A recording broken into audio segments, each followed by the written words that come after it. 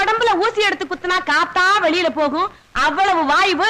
வாழைக்காய் பச்சி உருளைக்கிழங்கு பச்சி உடம்புக்கு ஒத்துக்குமா? கண்ணம்மா, இதெல்லாம் வாய் இருக்க முடியாம தின்னப்பட வேண்டியது. அப்புறமா திடீர்னு எந்திரிச்சு உட்காந்துக்கிட்டு கோதாவரி கோதாவரி என் வயித்துக்குள்ள யாரோ ஆட்டோ ரிக்ஷா ஓட்டுற மாதிரி இருக்குன்னு அலற வேண்டியது. நான் கோதாவரி கோதாவரின்னு தான் சொல்லுவேன். கண்ணம்மா கண்ணம்மான்னு உன் பேரை சொல்ல மாட்டேன் இல்லையா? இந்த ரெசிபி பார்த்தீங்கன்னா நான் ஆச்சி மனோரமா வாய்ஸில் ரீல்ஸ் போட்டிருந்தேன். இதுக்கு கமெண்ட்ஸில் நிறைய பேர் பார்த்தீங்கன்னா இது என்ன ரெசிபின்னு கேட்டிருந்தீங்க. அப்படி கேட்டவங்களுக்காக தான் இந்த வீடியோ. இதோட ஃபுல் வீடியோ பார்த்தீங்கன்னா நான் ரிலேட்டட் வீடியோஸில் கொடுக்குறேன், செக் பண்ணிக்கோங்க.